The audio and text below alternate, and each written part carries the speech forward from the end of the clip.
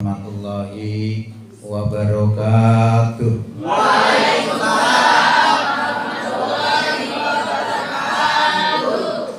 Alhamdulillah alladzi arsala rasulahu bil huda wa dinil haq liyudhhirahu 'ala dini kulli walau karihal musyrikun. Asyhadu an la ilaha illallah wahdahu la syarikalah wa asyhadu anna Muhammadan abduhu wa rasuluh la nabiyya ba'dah.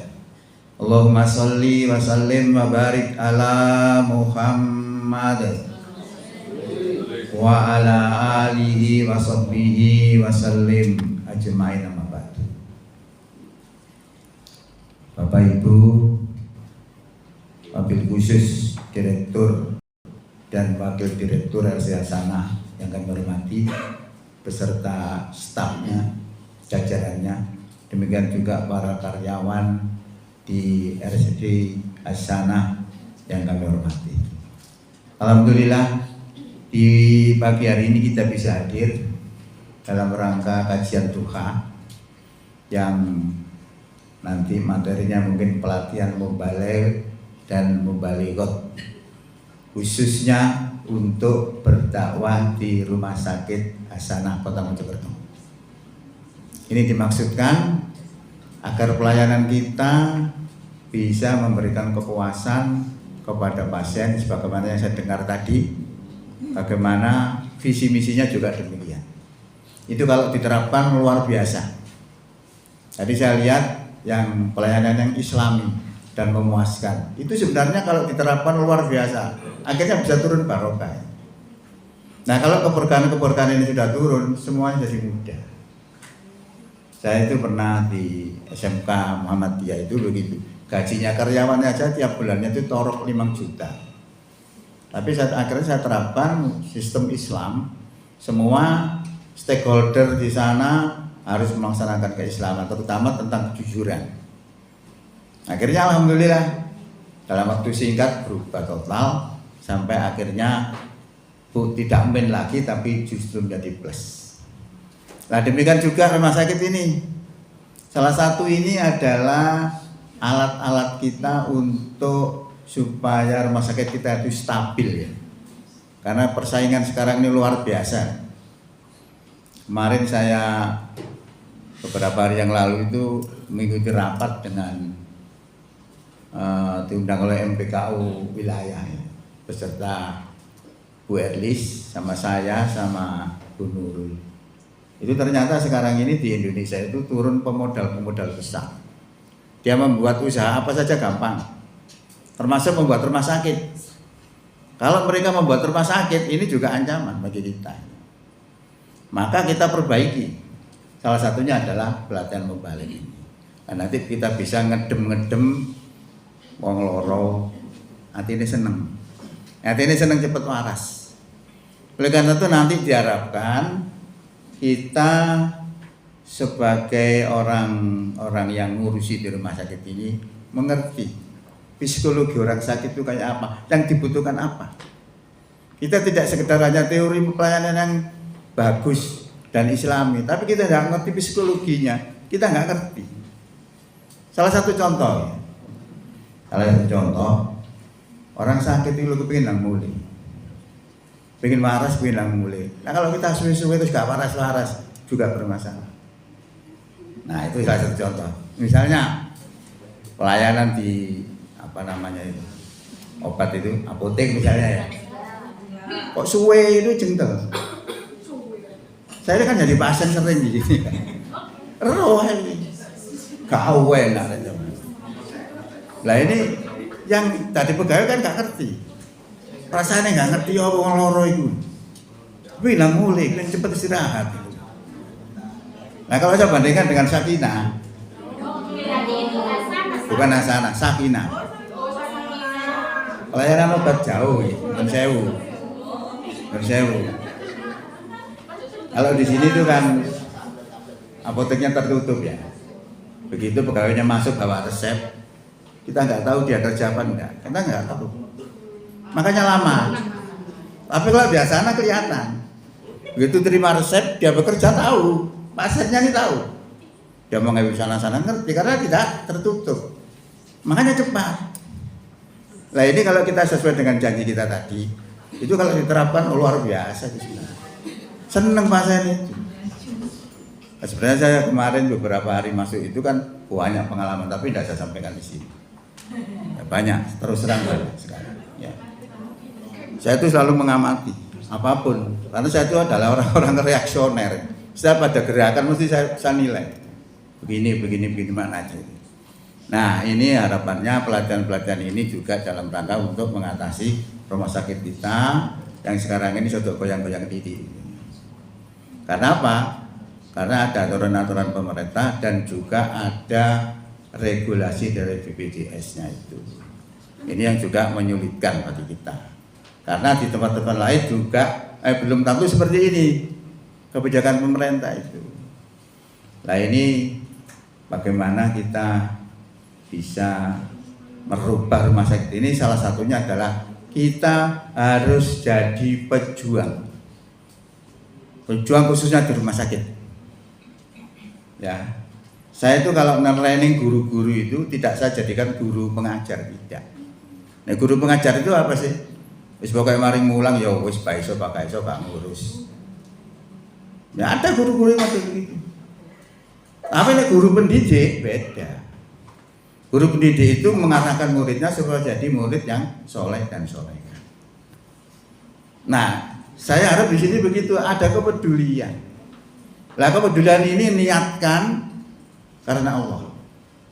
Karena dalam Quran itu juga disebutkan untuk berjuang. Ya ayyuhalladzina amanu wahai orang beriman, hal adullukum ala tijaratin tunjikum min azabin alim.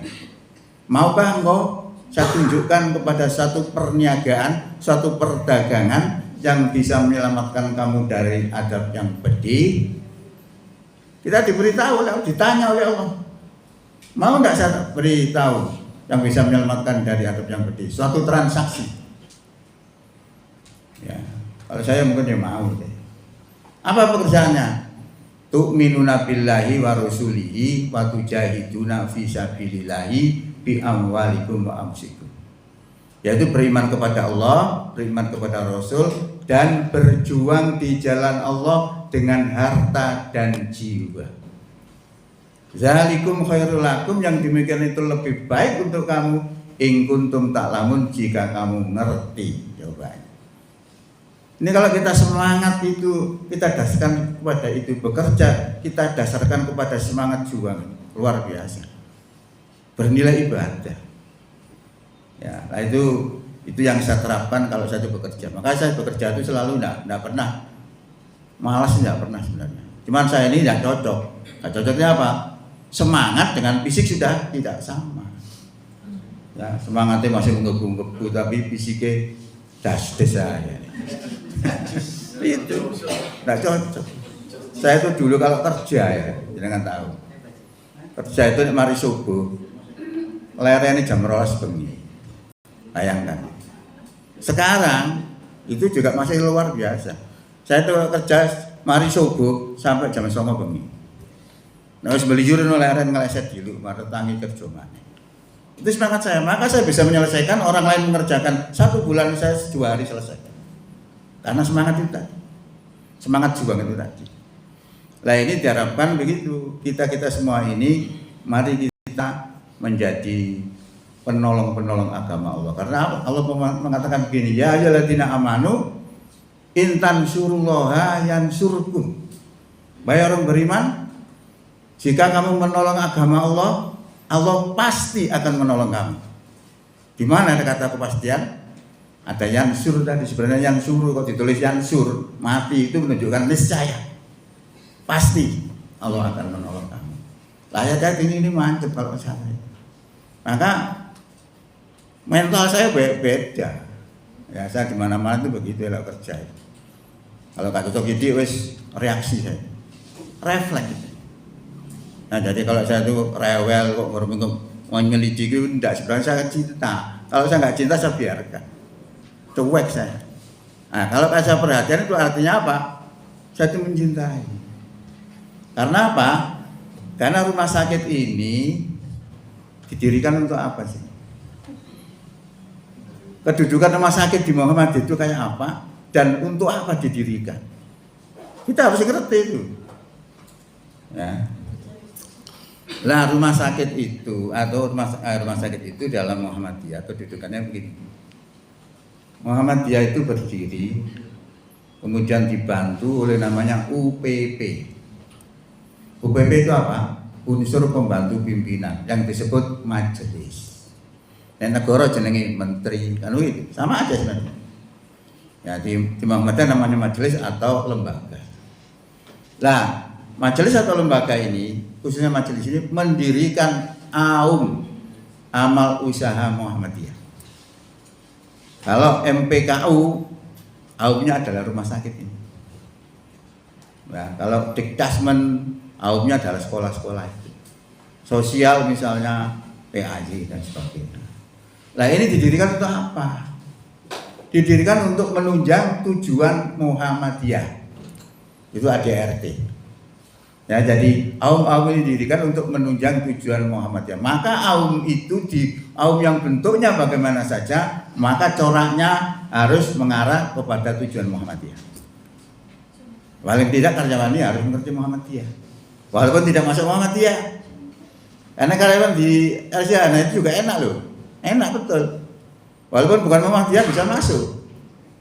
Tapi kalau orang Muhammadiyah masuk di lain Muhammadiyah angel. Kaoleh. Ini kelenturan Muhammadiyah. Ya, ini perlu informasi sedikit tentang Muhammadiyah. Dan Muhammadiyah tidak usah khawatir panjangan memperjuangkan rumah sakit untuk Muhammadiyah. Karena Muhammadiyah tidak untuk pribadi. Muhammadiyah itu untuk umat. Aja nggak tahu kemarin yang ada banjir di Sumatera. Ya, Muhammadiyah nyumbang berapa? Di atas 100 miliar. Gampang bagi Muhammadiyah itu. Hei masjid, rong jemuan sumbang nang ini di Sumatera. Dikumpulkan kelompok tadi 70 miliar. Diluk toh. Ditambah lagi dari Jawa Timur itu ada 11,5 miliar. Dari Jawa Tengah ada 15 miliar. Dari Jawa Barat saya belum tahu informasinya. Belum Indonesia yang lain. Coba. Gampang. Sementara mereka yang teriak-teriak paling Pancasila tidak muncul. Ini menunjukkan apa? Muhammadiyah untuk umat. Rumah sakit ini karyawannya berapa? Sudah menolong pemerintah untuk mengatasi pengangguran. Masuk bekerja. Sekolahnya berapa puluh ribu. Menyerap tenaga kerja semua, menyerap guru-guru semua. Membantu pemerintah, sangat strategis. Maka di Muhammadiyah itu kadang-kadang ya repot juga. Misalnya rumah sakit itu siapa yang membuat? EDM. Tapi gampang nyekel duit. Bayangkan. Diakoni karo pusat. Ini tulis pemilik pendiri. Ditulis itu dan tidak digaji kecuali MM-an. Gajinya MM-an di Muhammadiyah itu beda dengan di NU ya. NU itu nek pimpinan cabang itu bayarannya 3 orang dari kota, 4 orang dari kabupaten. Itu sih bayarnya rumah sakit. Berapa bayarannya? Siapa tahu? 19 juta per orang. Bayangkan, enak, makanya banyak kisruh. Karena di Muhammadiyah ngurusan kagel, karena bayaran ini repot. Ya. Terus setiap tahun ngumrono wong 50. Bayangkan itu, rumah sakit yang ngumrohkan.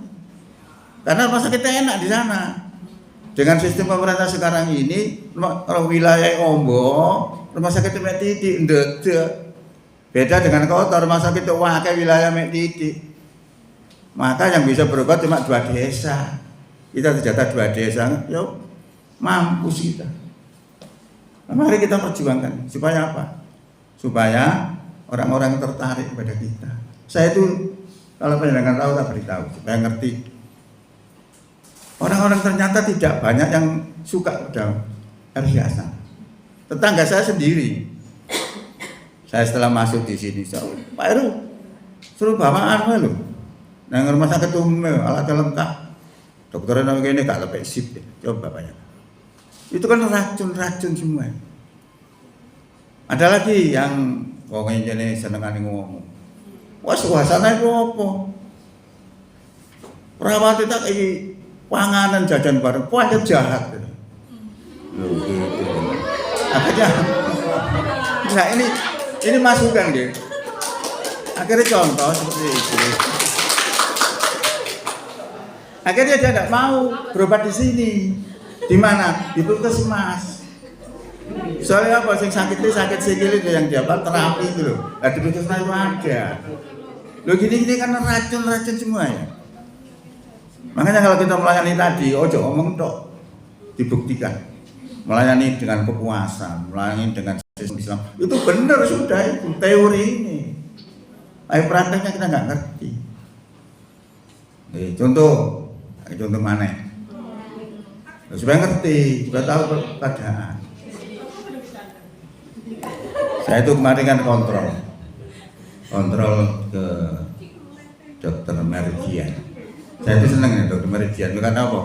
Ngomongin cocok, plak, seneng. Terus sekarang obat gini yang paten, masuk nanggone apotek digawe apa? Ada anu hijau itu. Ya tembakan itu apa sih jeneng obat itu? Generik. Wis tak kandhani lho. Nek nglakoni ngono pas aku lho bocok dikek ngono gak konangan ngono karepku iku. Nah ini kan sebenarnya kalau kan tidak Islami, itu kan bejo tanda itu. Bejo. Ya? Boleh.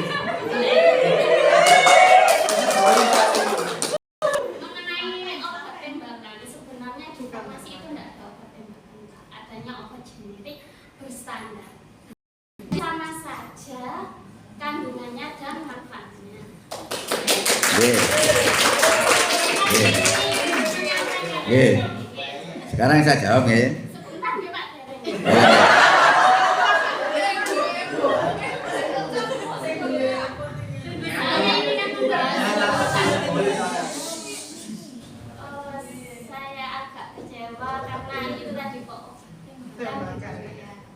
Ya, saya nggak tahu itu tembakan. Itu versi saya. Karena misi kita, kami adalah amal usaha Muhammadiyah yang memberikan pelayanan dengan mutu dan keselamatan. Lah menjamin mutu ini kita sangat usahakan, Pak. Jadi enggak mungkin kalau kita memberi obat yang itu tadi. Kita kerja juga sudah ada SOP-nya, jadi harus berpacu pada SOP. Jadi nggak bisa sembarangan. Nanti dikasihnya resep dari obat dari dokter. Ya itu nanti di apoteknya dikasih yang berbeda lah. Sesuai dengan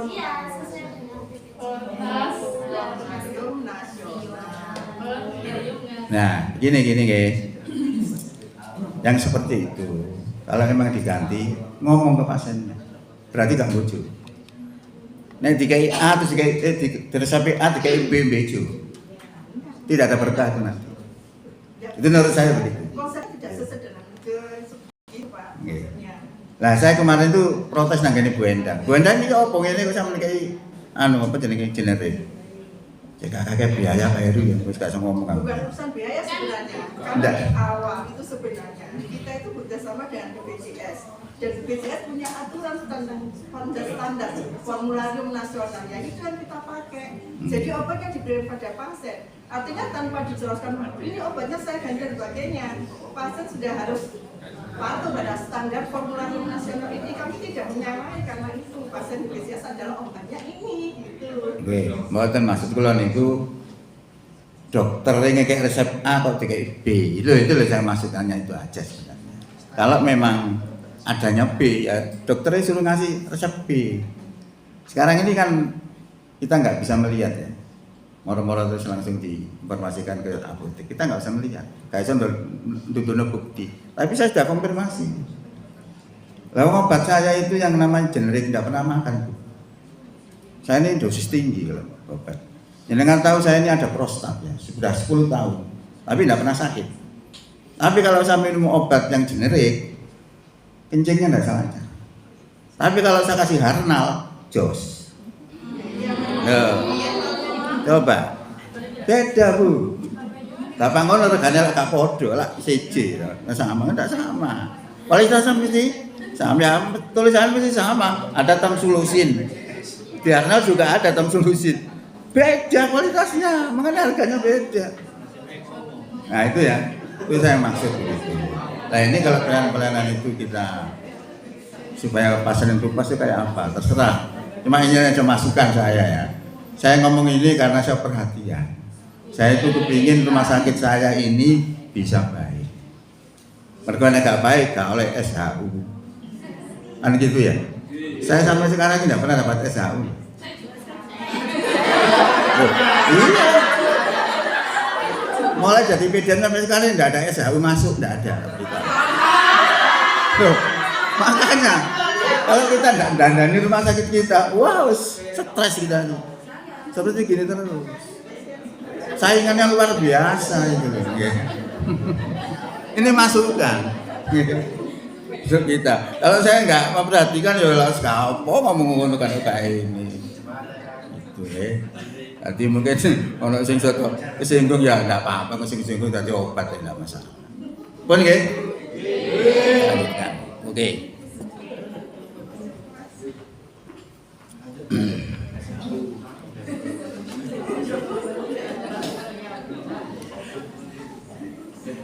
Jadi pada pertemuan kali ini termasuk pertemuan kajian yang ketiga dengan materi in-house training yang disingkat IHT, itu khusus tentang mubalek dan mubalighah.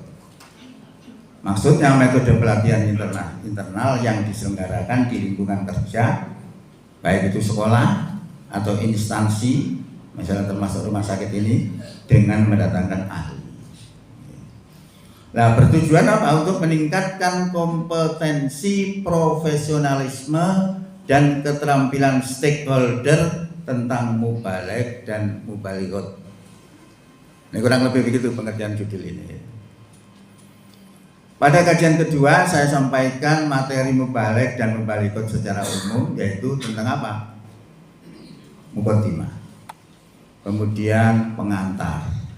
Lalu isi, kemudian kesimpulan. Selama itu 4 item ini aja sebenarnya. Ini kalau formal. Tapi kalau nanti di rumah sakit sudah ada muqaddimah kali. Alhamdulillah rabbil alamin, macam-macam enggak usah. Intinya aja. Ya, tapi kita paling tidak secara umum ngerti gitu. Nah, kurang lebih dakwah itu ya begini. Pengantarnya, memang pengantarku ya waduh kali tadi. Nah, kemudian akan disampaikan bagaimana berdakwah di rumah sakit. Mudah-mudahan hari ini bisa tersampaikan karena yang kemarin itu belum bisa tersampaikan semua, tapi waktunya entek. Oke. Ini dilakukan dalam rangka untuk bisa memberi layanan terbaik kepada pasien dengan harapan untuk rumah sakit kita akan banyak diminati pasien. Karena teori ekonomi. Teori ekonomi itu kepuasan konsumen. Konsumennya siapa? Ya pembeli itu. Ini pembeli ini puas cerita, itu kena enak murah. Oh sudah tuh kena pakai jahat, larang, gak enak bisa masakan. Loh ini yang merumuskan ini pembelinya sendiri, konsumennya sendiri. Rumah sakit itu sama. Konsumennya siapa? Ya pasien-pasien itu. Kalau kita berikan kepuasan kepada mereka, dia akan cerita. Sedang rumah sakit kuno Islami. Nek kapane loro didem-dem dikai dakwah. Nggo obat dengan bismillah. Nek kapane mari kono alhamdulillah. Oh hebat. Seneng. Itu salah satu contoh. Nah saat ini persaingan dalam hal apa saja dan khususnya persaingan usaha kesehatan luar biasa ketatnya sekarang. Berapa yang biasa sampaikan tadi sama. Untuk materi kali ini sesuai dengan judul kami sampaikan materi tentang mubaligh dan mubalighot secara umum dan materi-materi yang perlu disampaikan dalam rumah sakit yang meliputi tentang persoalan orang sakit dan tentang kelahiran bayi karena operasional rumah sakit kita bergerak di dalam dua bidang ini, rumah sakit dan persalinan. Awal-awalnya rumah sakit ini adalah persalinan. Karena yang tidak mendirikan awalnya itu siapa? Aisyah. Tapi Aisyah nggak bisa melanjutkan karena kesulitan macam-macam diserahkan kepada PD. Lalu dilanjutkan jadi rumah sakit ini. Ya, maka tetap aja kelahiran ini masih ada sampai sekarang. Ya.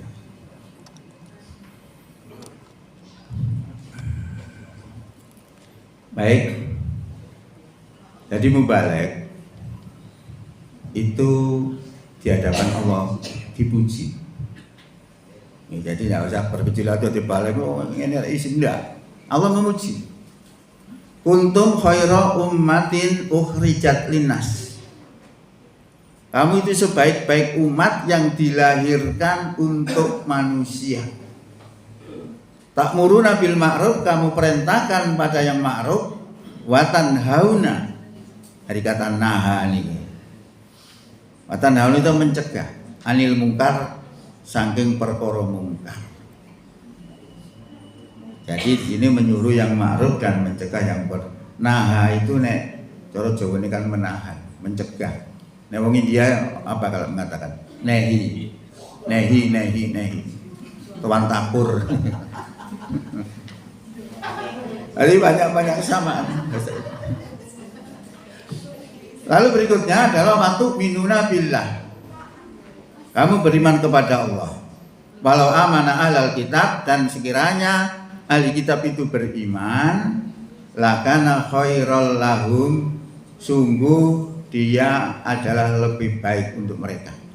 Sungguh beriman itu lebih baik untuk mereka. Minhum, di antara mereka al mu'minuna beriman, wa aksaruhum, dan kebanyakan mereka fasikun, orang yang fasik. Jadi ini banyak terpegang. Jadi mubaligh itu dilem ya Gusti Allah. Jadi kita harus tahu pada Allah itu apa yang dibenci oleh Allah, apa yang disukai oleh Allah.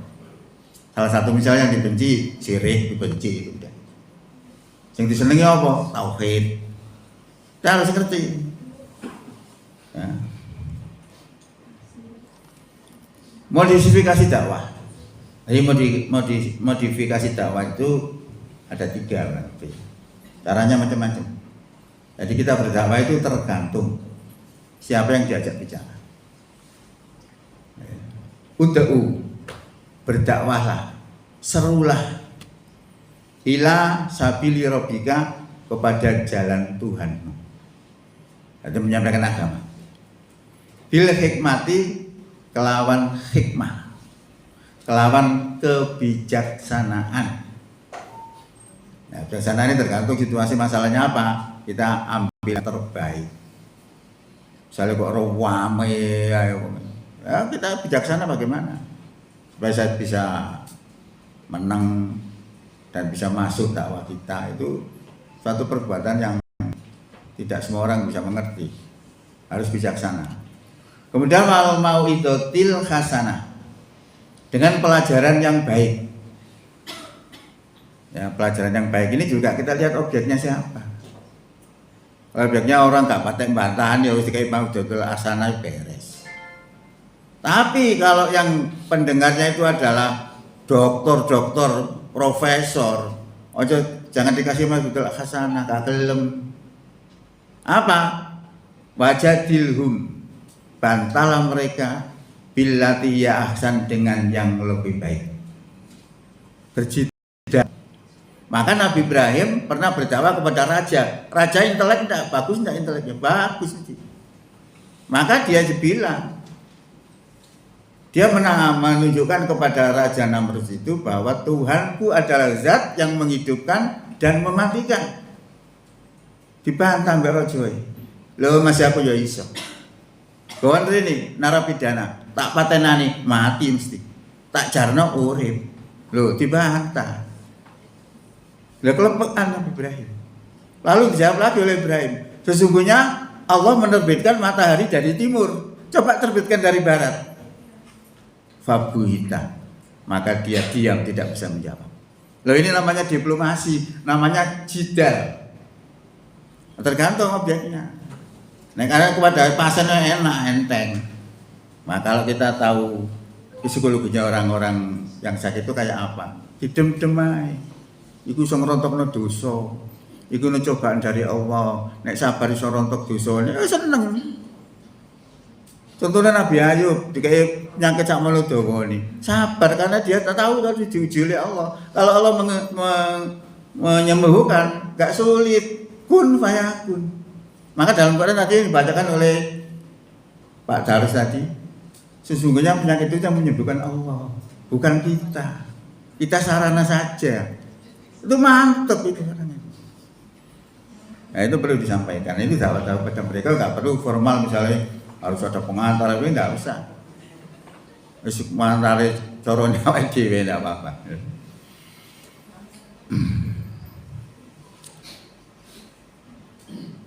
Wajah dilhum bilati yaksan inna rabbaka satemene pangeranmu huwa a'lamu, dia Allah Tuhan itu tadi a'lamu luweh ngaweruhi biman lawan sapa kang zola dan sesatno ansabilihi saking dalane wa huwa a'lamu lan dia Allah itu luwih ngerti bil muhtadil marang wong kang den wenehi pitutuh.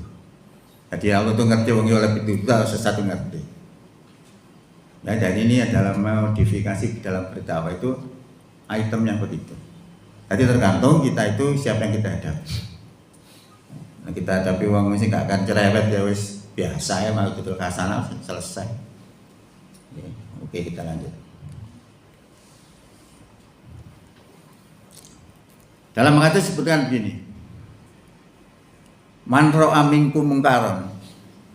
Barang siapa di antara kamu melihat mungkar, fal yughayyirhu biyadihi, hendaklah merubah dengan tangannya.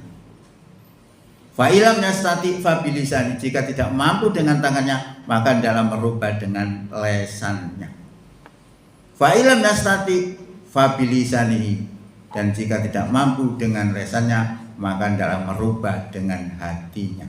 Wadzalikal at'aful iman, yang demikian itu adalah selemah-lemahnya iman. Jadi ini kalau kita menjumpai kemungkaran, bagaimana sikap kita? Kalau kita senang dengan kemungkaran itu dan ikut nimbrung sekali di situ, gak masuk. Karena kita benci saja dengan kemungkaran sudah selemah-lemahnya iman. Kalau kita senang ikut di situ juga, wis nggak masuk belas. Saudara ini gak iman ya cara kerenge gitu. Jadi kalau melihat kemungkaran disuruh merubah dengan tangan, harus mau dikaplok, mau dia apa, tapi itu tidak bisa kita lakukan. Kalau kita lakukan kita dituduh menganiaya. Yang bisa melakukan itu siapa? Pemerintah. Karena pemerintah punya bedil, polisi punya bedil, tentara punya bedil, amar ma'ruf nahi munkar gampang. Ya. Nah kalau kita tidak bisa melakukannya, berarti apa?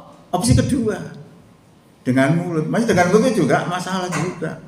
Nah ditudurin kok sok alim, sok pinter, macam-macam. Tapi reaksinya begitu aja. Kalau sudah mencegah kemungkaran itu angel, tapi menyuruh pada kebaikan tidak ada masalah. Ketika mencegah kemungkaran banyak musuhnya. Makanya alternatif yang ketiga itu tadi, nek gak iso karo ati, sak lemah-lemah iman. Lalu seperti itu. Nah, itu adalah hadis yang menerangkan tentang perlunya kita merubah. Jadi orang itu kalau mau beramar ma'ruf, mencegah kemungkaran, itu manfaatnya besar. Jadi seperti sebuah kapal yang isinya itu penumpangnya banyak. Ada penumpang yang jahat, ada penumpang yang soleh.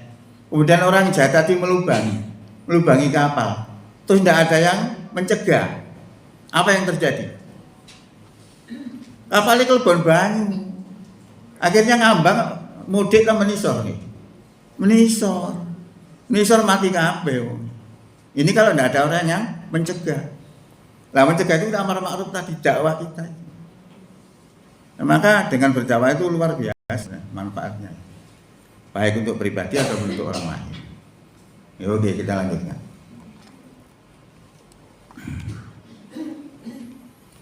Metode dan teknik dakwah. Tadi Beliadi sudah saya sampaikan tadi. Dilewati aja. Pengertian ceramah. Ceramah adalah ungkapan dalam bentuk kata-kata agar supaya orang bisa mengerti apa yang dimaksud dengan ceramahnya.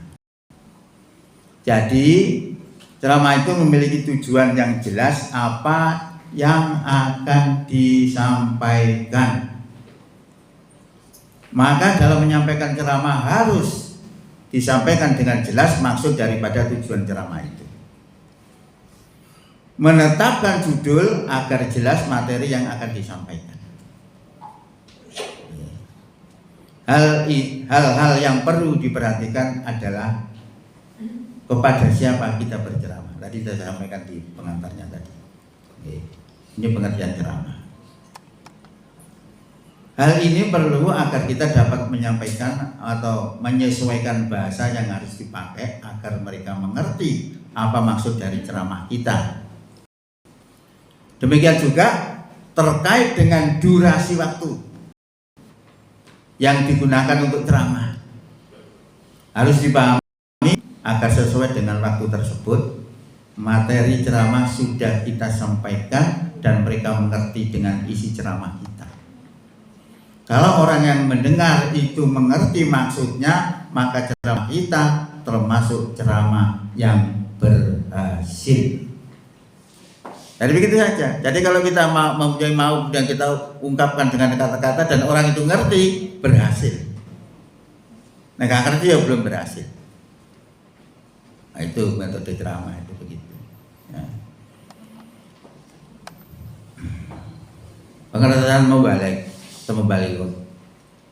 Mubalikun itu medok ya, balik lanang. Orang yang menyampaikan agama Allah dengan berbagai cara yang diizinkan Allah. Tata cara berceramah atau pidato. 1. Diawali dengan muqaddimah. Ini yang formal ya. Lalu dikasih pengantar untuk masuk kepada materi isi yang menjadi pokok bahasan yang akan disampaikan. Menyampaikan materi inti. Nomor 3, menyampaikan materi inti. Dalam menyampaikan materi ini, bila mana diperlukan bisa diselingi dengan jok-jok segar. Tapi kadang-kadang kalau jok-jok itu sing segar sehingga tidak ada masuk materi banyak. Senengan sing dagelan tok ya banyak. Tapi seneng orang. Tapi tidak masuk. Nah, kalau panjangan lihat orang-orang yang serius-serius tidak pernah dagel. Karena kebiasaan aja. Lalu nomor 4, kesimpulan. Ya sudah, ini 4 item ini. Kesimpulan itu meringkas apa yang dimaksud. Nah, orang yang mendengar dengan metode seperti ini gampang mengerti. Jadi arahnya ngomongan ini kemana jelas. Itu adalah teori. Contoh muqaddimah. Innal hamdalillahi nahmaduhu wa nasta'inuhu wa nastaghfiruh wa na'udzu billahi min syururi anfusina dan seterusnya. Iki dawa. Wes kesowan mau. Kok dawa gak hafal. Musika iki wis males. Baca aja alhamdulillah. Sama dengan orang haji itu dawa nih. Oh, doanya banyak wis gak hafal robana wis. Diringankan ya.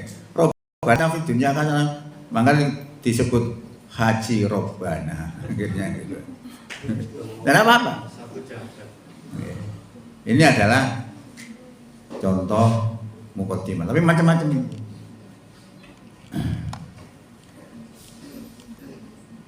Contoh pengantar. Nah, jangan perhatikan. Pengantar ini penting untuk masuk kepada isi. Kalau kita mau memberi pengantar ceramah kita, jangan sampai melupakan isi yang akan disampaikan, yang sudah kita kemas dengan bentuk judul. Makanya kalau membuat judul gak tahu angel. Kalau saya judul ini selesai. Saya terbiasa, saya bertahun-tahun soalnya. Saya ceramah ini kan sudah cukup lama ya, 30 tahun ya. Hati mubalik gitu. Karena judul materi kita nanti akan memudahkan kita untuk memberi pengantar, di mana pengantar ini akan menjadi alasan untuk berbicara mengenai isi. Ini pengantar.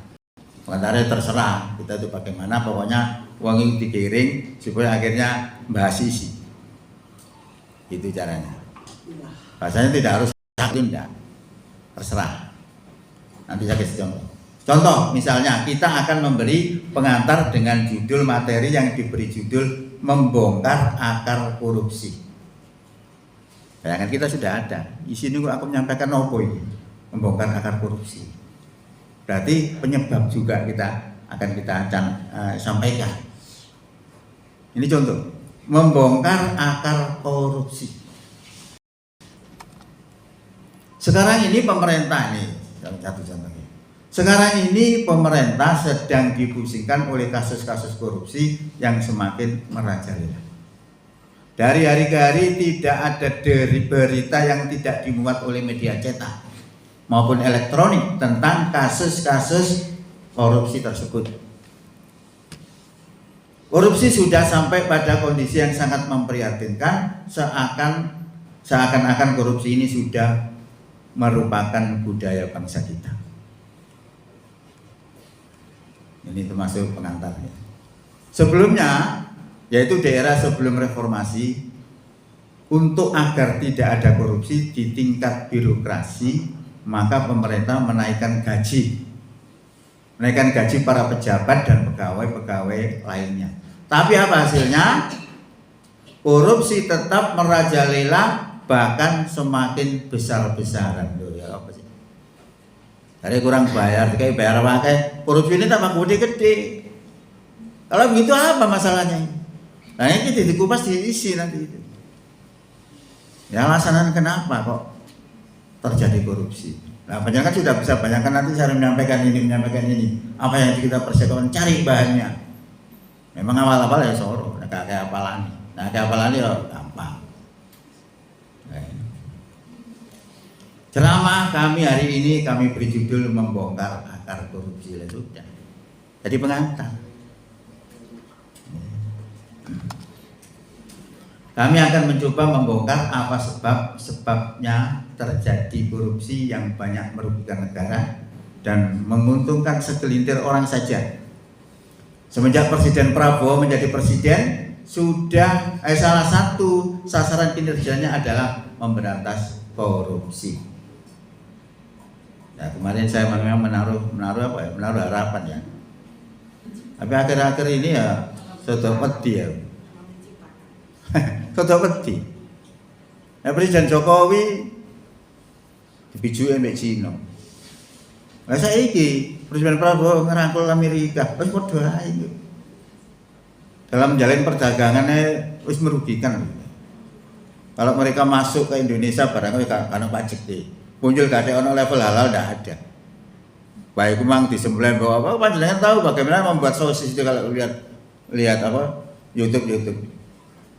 Kali dibeleh. Tepung, udah dilebokno gilingan langsung digiling metu tadi. Apa namanya? Sosis. Maka saya ketahui lihat itu makan sosis tidak pernah mau. Ya seperti itulah kan bahaya ya. Untuk konsumsi orang Indonesia yang mayoritas Islam ini. Oke, kita lanjutkan. Sudah banyak yang ditangkap dan diadili. Namun demikian akhir-akhir ini justru ditemukan korupsi yang luar biasa yang terjadi di Pertamina. Nah ini pengantar. Yang konon kabarnya korupsi yang sementara terdeteksi sebesar 1.000 triliun. Luar biasa. Mengapa bisa orang melakukan korupsi bahkan besarnya tidak main-main? Ini dari Indonesia kan dulu. Wadal duit koyo ngono akeh. Sing menikmati mereka-mereka itu. Ya, kita tuh dipakai alat aja untuk mengkayakan mereka. 3, menyampaikan materi inti. Nah, tadi sudah pengantarnya seperti itu. Berarti kita akan bicara masuk kepada membongkar korupsi itu opo sebabnya. Kok sudah terjadi korupsi? Lah ini masuk di dalam masalah inti. Sebenarnya kalau kita mau memberantas korupsi tidak sulit. Seperti apa yang dilakukan selama ini. Tidak sulit sebenarnya. Sebab korupsi bukan disebabkan kurang gaji dan lain sebagainya, melainkan persoalan iman yang ada pada tiap-tiap diri masing-masing. Kalau iman seseorang tidak mantap, lalu punya kesempatan untuk korupsi, maka akan mudah terpengaruh oleh perbuatan korupsi. Maka sebenarnya orang yang iman itu mantap, kayak sembarang beres. Nah, itu kuncinya di situ aja sebenarnya. Maka poso kita kerjakan itu apa sih? Targetnya apa sih? Targetnya takwa dan terampunkan segala dosa kita. Kalau sudah takwa, beres semua sudah. Saya yakin gitu. Dan itu sudah saya bisa buktikan. Karena berdasarkan rumus intelijen bahwa tindakan kriminal itu disebabkan oleh adanya niat dan kesempatan. Niat itu berarti niat jahat, berarti lawannya iman, berarti kurang iman dan punya kesempatan. Masalah dewe kadang kritik wong korupsi itu tadi pejabat temen durung karuan gak korupsi loh. Karena punya kesempatan. Kita kritik soalnya gak punya kesempatan. Kalau punya kesempatan bisa juga korupsi loh. Nah ini rumusnya di sini. Kriminalitas itu terjadi kalau ada niat yang tidak baik dan memiliki kesempatan untuk melakukan tindakan kriminal tersebut. Makanya kalau kita ke toko bawa sepeda motor, lah apa sepeda ada dikunci barang itu apa? Itu untuk menghilangkan menghilangkan kesempatan. Supaya tadi orang ingin nyolok, wah dikunci uangnya digembok double. Gak sih itu, gak terjadi. Ini bisa dipakai di rumah sakit untuk menjaga barang-barang itu bisa. Teori ini. Jangan diberi kesempatan. Saya itu kalau melihat di sini ya, mau dicolong uang itu gampang. Terutama apa? Hari Sabtu Minggu. Sabtu Minggu ya, Minggu. Itu barang wake karena uangnya gitu. Kadang satpam yo kawan. Wong ngarep iku mangan kok saya sering nunjukin. Lagi dicolong mulai karo. Itu artinya memberi kesempatan sebenarnya untuk melakukan tindak kriminal. Nah, itu caranya begitu melihatnya. Oke, kita lihat. Di dalam rumus disingkat C sama dengan N plus K. C itu singkatan dari kriminalitas, N itu singkatan dari niat jahat, sedangkan K adalah singkatan dari kesempatan untuk melakukan kriminalitas. Itu artinya bahwa tindakan korupsi itu terjadi disebabkan karena ada kesempatan dan ada niat untuk korupsi. Masih niat untuk korupsi, kesempatan ini kawan atau gak iso. Masih ada kesempatan yang tidak punya niat, ya gak terjadi. Pokoknya dua unsur itu ada pada diri seorang terjadi.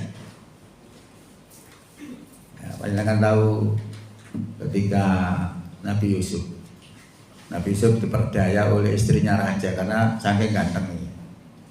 Diatur ya oleh Nabi Yusuf itu tak dek satu kamar berduaan. Lah apa lanang gawe satu kamar berduaan. Ingin melakukan sesuatu yang dilarang oleh Allah. Tapi apa yang terjadi? Yusuf tidak mau. Lari Yusuf. Kenapa dia kok tidak mau dan lari?